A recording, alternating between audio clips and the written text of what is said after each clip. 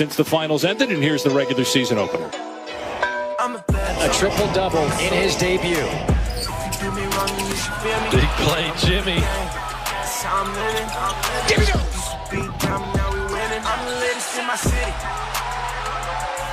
Will it count? Run, buddy, run! Oh, Jayson Tatum puts Boston on top. I'm the latest in my city.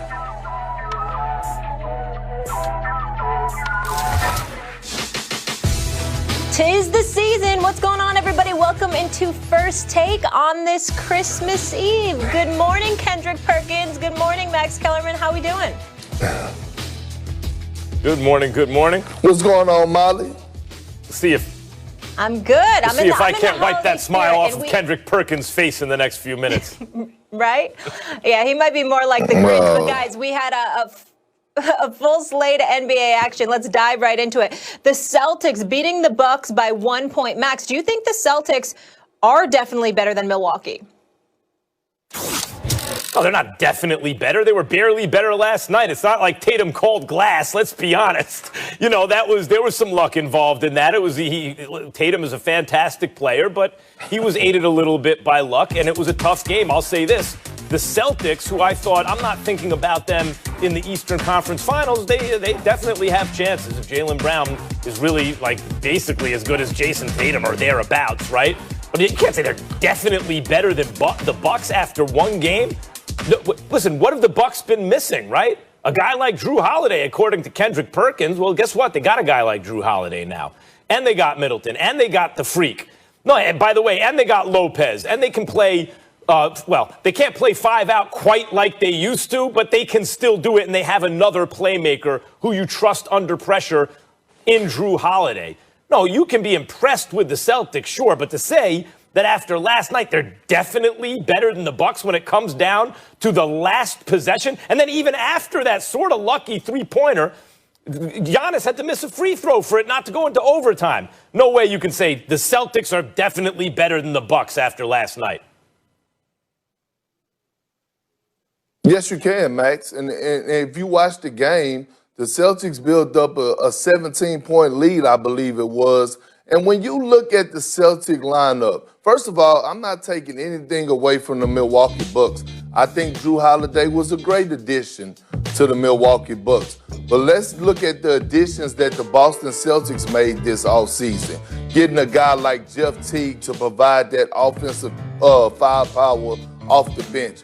Getting a guy like Tristan Thompson, a center that they had been missing. And now that you have Kemba Walker being out, and now Jaylen Brown, who tore up the bubble last year in the playoffs, one of the best two-way guys in the league today, is now getting a chance to prove himself and show the world that he should be considered a star. He's an all-star caliber player. He should have made it last year. Think about what the Celtics did last night. They had two guys in Jayson Tatum and Jaylen Brown who had 30 points apiece in their debut. The first time ever in Celtic history. The sky's the limit for the Boston Celtics. They're a better team than the Bucks, and they were missing Kemba Walker, that one of their all-stars. So when you look at them, they have a guy like Grant Williams who could come in and play the 3, 4, or 5, who's an underrated defender. You have Marcus Smart. I don't want to have to deal with Marcus Smart, one of the best defenders in the league. If you see Marcus Smart in a fight with a bear, you better help the bear, because Marcus Smart is just that difficult in a matchup problem for us, just taking charges, getting extra possessions. So when you look at the complete roster of the Boston Celtics, they're deeper than the Bucks. They're better coached than the Bucks. One could say that Brad Stevens is a better coach than Mike Budenholzer. So to me, it's not even a question. After watching the game last night without Kemba Walker, the Boston Celtics are the better ball team. I don't know. Listen, the knock against Budenholzer, it rightfully so, is in the playoffs. But in the regular season, and by the way, Drew Holiday should help there. Really, they did not have that second real playmaker who would do it under pressure, especially when Giannis plays like a big under pressure. But Budenholzer, it was the same thing in Atlanta. 60 wins, and they fell flat in the playoffs, but they didn't have a superstar.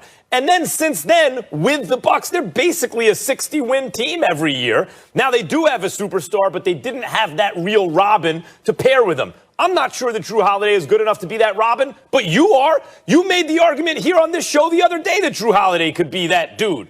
So now you look at the Bucks and you say, this is basically a 60-win team. Did they get better or worse in the offseason? Well, according to you, Kendrick Perkins, they got better in the offseason. I'm not sleeping on the Celtics. Everything you say about the Celtics is right. Jeff Teague's an excellent addition, and you're right, they were a little undersized at the 5, and Tristan Thompson helps them there a bit.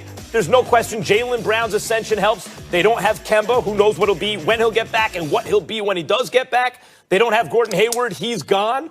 No, I mean, yeah, you could argue the Celtics got marginally better, but the Bucks, if anything, got a little better, and we're talking about the kingpins of the East, at least in the regular season. So why is it that the Celtics are definitely better again? But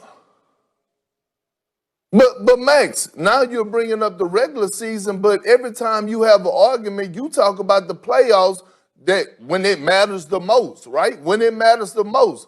Brad Stevens has proven that he could at least take the Celtics to the conference finals. I believe he's done that 3 out of his three years since he's been the head coach of the Boston Celtics. And by the way, Jayson Tatum and Jaylen Brown are only going to get better. Jayson Tatum is on the verge of reaching that superstar type status. Jaylen Brown will be an all-star this year. And when Kemba gets back, it adds more depth. Jeff Teague could possibly be a 6th Man of the Year candidate. So when you look at their roster, Max, again, they are deeper. And look, don't even leave out your guy, Daniel Tice. He played phenomenal last night, an underrated guy who don't get enough credit. So the Celtics have the better team when it matters the most, right? That's what you always say, the playoffs. Forget the regular season. But when it matters the most, who's going to step up? That's what you always say. Well, look, the Celtics in this iteration of the team, or at least under Brad Stevens, has never been to a finals. Now, the Bucks got knocked out even before then, but the issue was so obvious with the Bucks, and I wouldn't just say, oh, it's Budenholzer, it's coaching. You have to look at Budenholzer, of course, but I wouldn't say that's the reason. The reason is they wall up against Giannis, and who else can go get their shot and run the offense at a good enough level and hit big shots under those circumstances that they can be a legitimate Robin? It's not really Middleton. Middleton is more than a 3-and-D guy, but if he's putting the ball on the floor, making decisions, doing all those things, that means the defense is winning, right? So they went and got Drew Holiday. They still got Brook Lopez. They got a big who can defend the rim and bomb. They have, obviously, they have Giannis, who's the best player in the East, unless Durant is 100%. You're acting as though a 60-win team who improved is certainly lesser than a team who, if anything, has underachieved for a variety of reasons in the last season or two. Well, Max, I'm only going off what you say, when it matters the most. And yes, it is on Budenholzer, because if you go into the playoffs are about adjustments. And when you go into the playoffs and you know teams are going to wall up against Giannis in transition, and you know that they're going to take away his driving gaps, how about taking Giannis off the ball? How about moving Giannis to the 5 and having him going up and setting screens and rolling, being a lob threat? How about establishing cross screens where Giannis is catching it on the low block in that area where they can't double? That's coaching, Max. That's coaching. It's called making adjustments. It's called putting your players in position to be successful. What's the real problem? So I don't know what you're talking about. It's not. Because the real problem was, coaching adjustments is legitimate. I respect that. I'm not arguing your basketball knowledge or especially as it applies to this situation. You can't argue.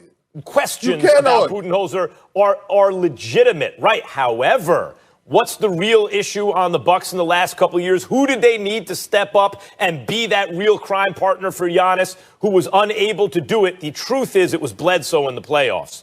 Bledsoe had, his regular season performance. The question was, would that be good enough? It was not, and it got worse in the playoffs. And the whole point of replacing Bledsoe with Drew Holiday is they believe they identified a guy who can do that. So that actually addresses the playoff concerns, at least to an extent. The Bogdanovich deal falling apart, obviously that would have also helped them. They didn't get that done. I expect them to do something by the deadline to bring in someone like that in the backcourt, right? But right now, the thing you're talking about is supposed to be addressed by swapping out Bledsoe for Drew Holiday. Well, Max, let me ask you a question. Who has the better big three? Would you take Giannis, Drew Holiday, and Chris Middleton, or would you take Jaylen Brown, Jayson Tatum, and Kemba Walker? That's a hell of a question. I think that because I don't know what I'm getting in Kemba, I don't know when he's going to be back or what he'll be when he gets back. Maybe I might take the Bucks. And the only reason that's even an interesting question is because of the ascension of Jaylen Brown. If Jaylen Brown is really who we saw last night, if that's him, if the gap between Tatum and Jaylen Brown is really very small, then we can revisit this later in the season. But right now, I'll take the Bucks. Yeah, just Kirk, keep you know tiptoeing. who I'll take in Boston? Keep tiptoeing around the question. Who was that, Molly? I'll take KG. I'll take Paul Pierce.